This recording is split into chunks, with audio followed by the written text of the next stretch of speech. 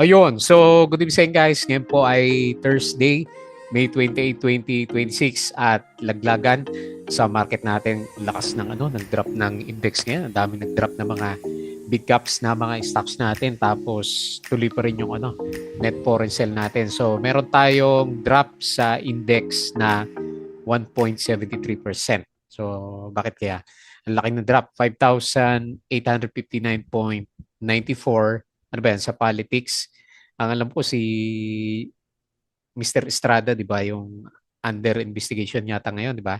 So siya naman yung kasunod after ni Bato de la Rosa natin. So ang laki ng net foreign sale, 517.82 million. So siguro more or less nasa 13 billion na yung net foreign sale dito sa market natin simula nung magkaroon tayo ng drop nung around March lang to, di ba? Nung nagkaroon ng gera. So kasama na rin siguro negative sentiment doon sa atake ng US doon sa mga barko ng Iran, di ba, sa Strait of Hormuz. So may naganap na naman na bakbakan doon. Kaya tumaas na naman yung oil prices natin. So kasama siguro yan. Kasi hindi lang naman sa Philippine markets, although tayo isa sa pinakamalaki yung drop sa global markets, pati yung ibang stocks, laglagan din naman. So ngayon, yung futures na pinapakita ng US market, laglagan, Europe, laglagan din siya, and then Asia markets, laglagan din po siya. So, ganun din kahit sa cryptocurrencies natin, laglagan din. Ayan. So, bloodbath. After ng bakasyon natin, ito na may pasalubong ng PSE markets natin. Okay? So, ang daming laglag. So, yung pag-usapan natin, mix ngayon, may mga winners pa rin naman, pero konti lang yan. And then, karamihan is mga losers dito sa markets natin. Okay? So, nanguna sa listahan natin, may volume to si di ba? Tama ba? Si EBG. Nakita ko na to. So, nag-up siya ng 10.3%. Hindi ko napansin kung meron siyang dividendo. So, meron siyang 4.8 million na net foreign sale dito sa markets natin. And then si PXP, nag-up ng 4.81%. So, medyo pumitik siya ng konti and then 159K net foreign sale. Tapos si TUGS, nag-up din siya ng 2.38%. Ito yung umakyat na umakyat last week, di ba? So, meron siyang 208K net foreign buy. Tapos si Ionix, ito yung mga bumagsak. So, nag-drop siya. Malakas yung drop, 9.29%. Dahil sa kanya, dividends naman, di ba? Meron siya dividends na more than 9% last week. So, 448K net foreign sell. Tapos si MRC, nag-drop din ng 7.41%. Malakas din yung drop nito. Wala naman dividends to. So, nag-drop siya ng 2.22 million net foreign sell. And then si Plus, ayan, palaglag, 10 pesos na lang, no? So, 6.46%. And then, meron siyang 52 million na net foreign buy dito sa market natin. Okay? So, Bloody Thursday yung galawan. So, disclaimer pa rin sa mga bago sa channel natin as usual. Yung reviews po natin is for education purposes lang po yan. So, wag mong gagamitin ito as a reason para mag-buy, sell, or hold ng stocks. Meron po kasing risk na involved sa market. So, due diligence na lang po ako ng stocks yung gusto mong bilhin. And follow mo lang po ako dito sa ating Palaboy Trader na YouTube channel as usual. Subscribe ka lang po para update ka sa reviews natin or kung gusto mo join ka dito sa trading community natin. Okay? So yung mga nakasubscribe, maraming salamat po sa mga usual viewers natin. So most likely, babagsak pa yung mga views natin kasi yung pangit tignan ng mga alaga natin. So check mo na lang, daily trending stocks, company reviews. So nag-aral ka ba over the holidays? Profit or loss, mga sample trades sa market, basic indicators, technical analysis, fundamentals, yung mga risk management, and basic learnings po sa PSC market. Then sa crypto, follow mo lang po ako dito sa ating Palaboy Trader. Crypto ko to para sa mga crypto-related vlogs natin. So, laglag din yung mga crypto. And then, follow mo lang po ako sa social media, Facebook account na Palaboy Trader para updated ka sa mga posts natin or dito sa Facebook page. Yan. Tapos sa Twitter, konti lang yung post kong balita. Pero wala nga related sa bakit mahina. Yun lang naman yung alam ko yung bakbakan dun sa bandang Iran ulit, di ba? So may naganap kasi kanina. Okay, so net foreign sale tayo 517.6 million. So talagang bibigay yung market natin kasi wala naman masyadong buyers sa mga foreigners natin. Okay? So pinakamalakas na drop sa holding firms, so mga big caps, minus 2.62%, followed by mining, binawian na rin, di ba kapon? O nung Tuesday, verde sila. So negative 2.44%. And then si finance, negative 1.94%. Okay? So share buyback, si SMPH, SM, and then si Fruit. Tapos ito kay Senator Jingo Estrada, di ba? So meron siyang kaso, plunder na naman. Ito yung pangalawang plunder niya sa ombudsman. Okay? So Asian equities treated broadly for the first time in uh, sessions. Okay? As nag-rebound yung crude oil prices natin. Ba't nawala yung yung aking mga picture? So refresh ko lang. Okay, so yan na, meron ng picture. Tapos sino pa yung balita? PSC tumbles 1.7% as selling pressure hits all sectors led by miners, oil, banks, and property shares. Ayan, so most likely yung gera pa rin yan. So meron tayong mga ex-date ngayon. Ayan, so ngayon si Ion, GGS, at saka si MFC. So TEL deploys satellite via tie-up with Starlink. So TEL is deploying nearly 1K units in first quarter 2026. Ayan. So ito na yung natuloy na kay Starlink, si PLDT lang pala. So preferred share si SPNEC. So kasi yung papalit siya ng pangalan sa MGen R. Okay? So si Merara call bidding seen mid of 2026. BOC, Bank of Commerce, may dividends pa. 0.45 pesos per common shares. Tapos ito yung laglagan. So hindi lang sa Philippine markets. And then ACCP Extra collaborate for Macro and Lotus. Ayan, may partnership sila. Ano yung galawan sa US market? Sayang, no? Kahit isang araw, maganda yung galaw natin bago lumagapak si PSE natin. Kasi okay yung galaw nila kahapon eh. Ayan, no? So, verde. And then si SCC ulit planning to resume the coal auction. Maynilad said it has started storing raw water through its reservoir facility at the Lamesa Water Treatment. Ayan, rolling pa rin yung brownout, di ba? Blackout sa Pilipinas. So Meralco, MGen, arm of Meralco is looking to diversify. Ayan. Okay? Tapos Trump says he won't rush Iran deal because I don't care about the midterms. Ayan. So, pero yung barilan yung naging negative catalyst po ng markets natin. Okay? So, yun lang. Tapos yung Patreon natin, ayan, kung gusto mo guide, check mo lang yung Patreon channel po natin. Okay? So, punta tayo dito sa index. Ayun na. Yung premonition ng lower lower high ng index natin, di ba? Ngayon.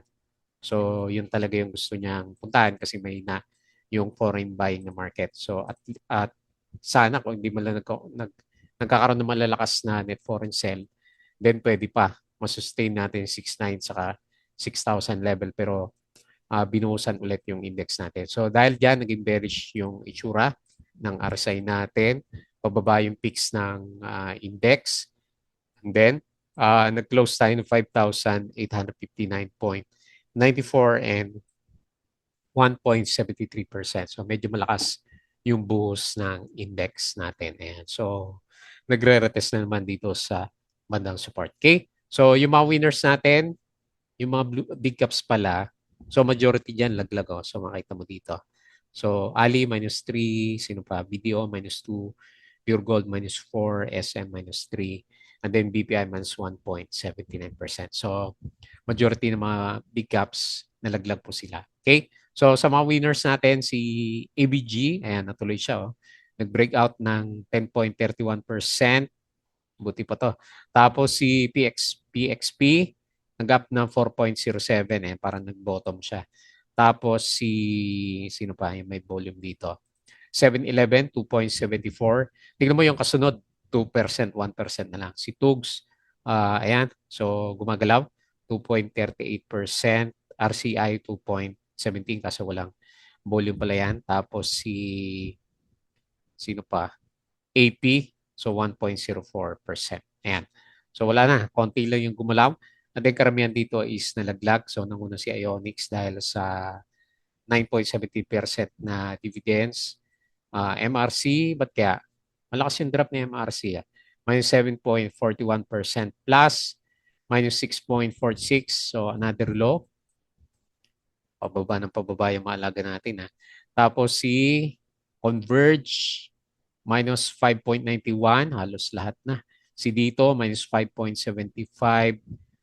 SPNEC nag-drop din, minus 4.88, takbuhan na. OGP minus 4.8%. Bob Commerce minus 4.59. And then Security Bank minus 4.22. Ayan. So marami pa kasi 4% pala yung binasa natin. Huwag natin basahin. Ang daming laglag sa mga stocks nga po natin. Yari. So investment mode tayo. Walang masyadong ma-timingan at good trades dito sa market. Unless nandun ka na ABG na nakabantay. Pero konti lang yung konti lang yung mga movers. Yung iba naman walang masyadong volume po. Okay? So, silip tayo dito sa galaw sa global markets. So, ngayon pababa sila. So, US S&P futures minus 0.34, Dow futures minus 0.17, Nasdaq futures minus 0.49%. Okay? So, laglag. So, European stocks laglag. Asia markets majority is laglag din naman. Ayan. So, kaya lang tayo may pinakamalaking drop kasi mga 1.4 lang yung drop dito sa bandang Asia. Yari na naman tayo. And then crypto, ayan, laki din ng drop. Lalaki ng drop, 3%, 6%, 8% yung mga naglagan. Bitcoin, 73K na lang. Ethereum, 1.9 ulit. Tapos sa BNB, 632. XRP, 1.29. Sol, 80 na lang. Si Dodge, 0.1. And then sino pa? Yan, yun lang naman yung mga minomonitor natin na cryptocurrencies. Okay? So balik tayo dito and pag-usapan na lang natin na mabilis yung mga trending stocks. Okay, so unahin natin sa listahan natin si ABG. Buti pa to, may pumitik kahit pa paano, no? Pero karamihan talaga laglag yung mga alaga natin. Okay, so breakout. So dito nakatuon yung pansin na majority ng mga traders siguro. So yung pinaka-next na resistance is around 26, no? Actually, yung pinakamalapit dito sa 24. Okay, so yan na lang ilagay natin. So ito na lang, bantayan natin. Baka may follow-up. Bukas yung kanyang galawan. Ano bang catalyst natin last time? Okay, negative naman yung mga earnings niya. Ayan. So wala, binobomba lang si ABG natin. Okay, so overbought siya 82.1 yung RSI, so parabolic na yung galawan natin. Tapos nag-close siya 23 pesos, 10.31% and then 4.8 million net foreign sale. Okay, congrats na lang po kung meron ka. Next, PXP. So nakalusot to si PXP natin. Hopefully yan na yung pinaka-bottom niya kasi medyo malakas na rin yung drop niya. Simula sa peak niya last time, gaano kalaki na tong drop na to? 35%. Okay? So at least si PXP may bumubomba pero lower low siya. No? So tignan na lang natin kung mauntog siya dito sa MA20 for the coming few days kasi yung pinaka-main na resistance area niya. Ayan. So medyo nag-bounce yung RSI pero below 50 pa rin naman. So tingnan na lang natin for the coming few days. So ang magiging guide ko sa kanya is MA20. Okay? So nag-close po siya 2.83 up ng 4.81% and then meron siyang 159K net foreign sale. Next, TUGS. Mga penny stocks natin yung gumagalaw. Ayan. So mukhang bibreak pa itong si TUGS. Lakas ng sentiment niya, no? O halos pa breakout na siya doon sa peak natin last time dito sa 0.9 o baka piso yung pinaka main na resistance nito. Maganda yung galaw niya, oh. Meron siyang flag formation. Kaya lang, sobra na yung pagka-overbought na niya, no? So, nasa 86.42. Ayan. So, watch out na lang. So, nasa bandang peak na. Tapos, yung closing natin, 0.86, 2.38% up, and then 208K net foreign buy. Okay? So dito naman tayo sa mga lumagapak, Ionix, pero normal lang siguro si Ionix kasi nga meron din siyang more than 9% na dividend. So baka mag-close the gap tayo dito sa piso, mahina yung market natin. Ayan, 9.17. So pero nag-close siya, negative 9.24%. Maganda lang, umakit pa siya mga 2% yata to bago siya nagkaroon ng malakas na pullback. So hopefully, mag-support tayo dito sa piso for the coming few days. So nag-RSI 49 siya, nag-below ng 50 levels po natin. So nag-close siya 1.08, negative 9.24%, and then meron siyang 448K net foreign sell. Next, MRC, baka meron pa tayong mga weakness until Friday. So nag-breakdown na rin siya. Saan ba next na support level na ito? Critical yung support level natin. Okay. So currently malapit lang siya sa support level natin, kaya lang baka i-shake out na rin to, no? Kasi malapit na yung RSI niya dito sa oversold condition. Ayan. So pare-parehas yung direksyon ng price action, RSI at saka MACD. So medyo bearish si MRC.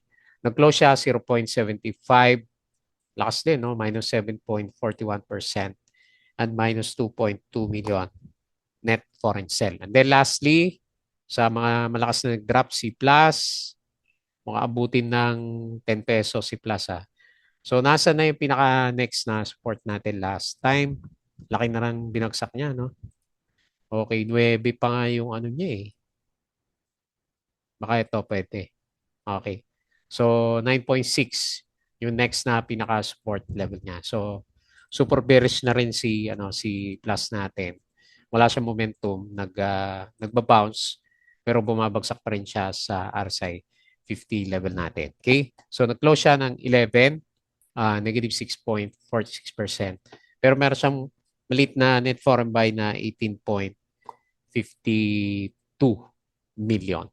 Okay po. So balik tayo dito sa index. Mukhang wala pa tayo masyadong aasahan. Lalo na, so nakita nyo naman, wala tayong net foreign buy dito sa markets natin. So worst case scenario ulit, wag naman sana, pero parang gusto nyo mag-retest dito sa 5,600 level. Pero kung matapos na siguro yung gera, kasi parang gera related din naman yung malakas na net foreign sell, baka biglang mag-bounce naman yung index natin. Okay? Hopefully, matuloy yon at hindi pa naman tapos yung, di ba, yung ceasefire ongoing pa rin naman eh. Okay po, so yun na lang muna. Friday po naman bukas.